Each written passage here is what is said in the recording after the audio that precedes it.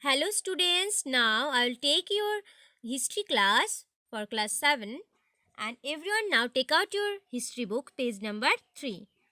Today we'll learn sources of medieval history.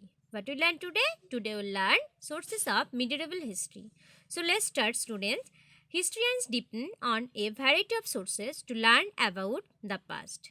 For medieval period, there are two main sources, archaeological and literacy. The archaeological sources can be classified into various types: epigraphic evidence, inscriptions, and numismatics evidence, coins, buildings, sculptures, etc., and artistic evidence means painting. Okay, now today at first we'll know about inscription. What is inscription? Inscription.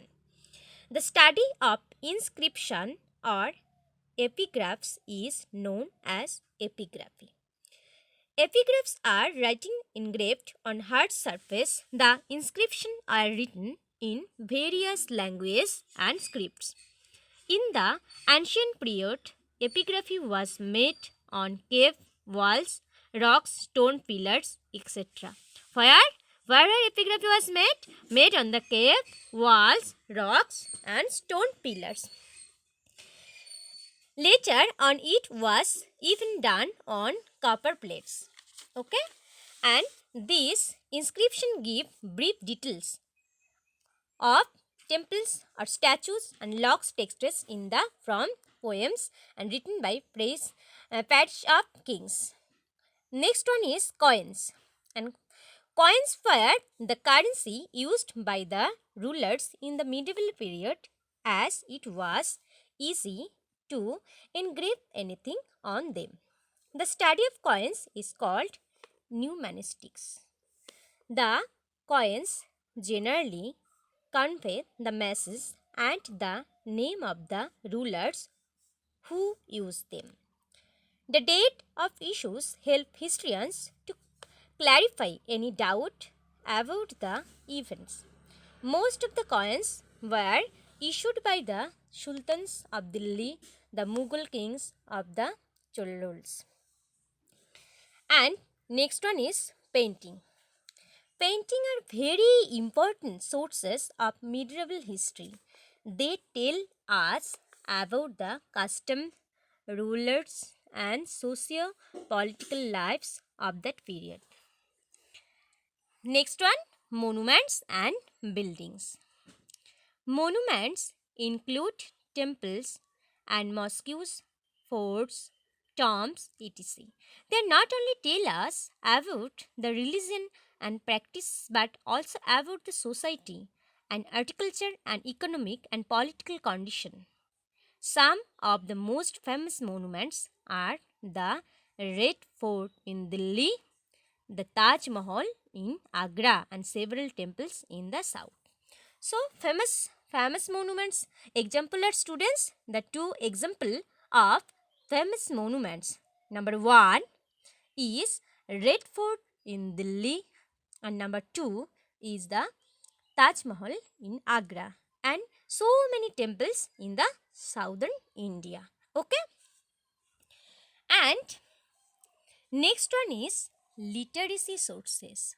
Next one is literacy sources. So, literacy sources is the writing of the travelers, the Indian manuscripts, and the chronology are valuable and vital sources of information about the medieval India. The literacy sources can be divided into two types: indigenous sources and foreign sources. How many types? Literacy sources are two types.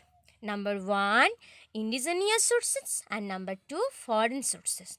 Indigenous sources, these sources were created within the country. Were created within our country, which the chiefly include manuscripts and chronologies. The manuscripts were mainly written on palm leaves, cloths, beads, bark, and later on the paper as well.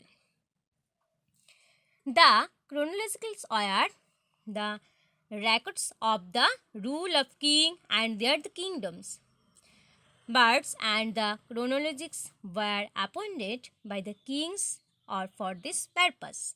They used to record all the proceeding and the king's court, thus giving the valuable information about administration of that period. The languages used in the chronologicals were mostly Persian and Turkish, which is Persian and Turkish.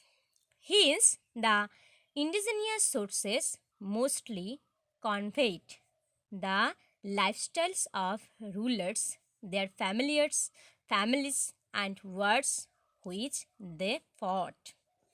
And famous the chronologies, the autobiographies, historiography, and biographies are as follows.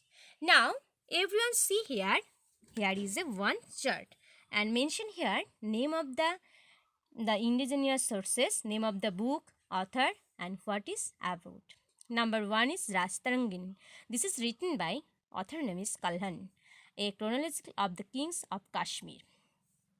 Next one is Shahnama. Shahnama written by the Firdausi, a historiography. And Tariq-e-Firoz Shahi, Ziauddin Badani, and description of the history of the Delhi Sultan. And Tabuki Nasri, Minaz-e-Siraj, description of the reign of Mahmud of Ghazni and the Balban. Akbarnama and Aini Akbari, this is written by Abul Fazl, description of Akbar's life and administration. And Prithviraj Shaho, the Chand Barahi, the Badari, in the description of life of the famous Rajput and ruler, the Prithviraj Chauhan.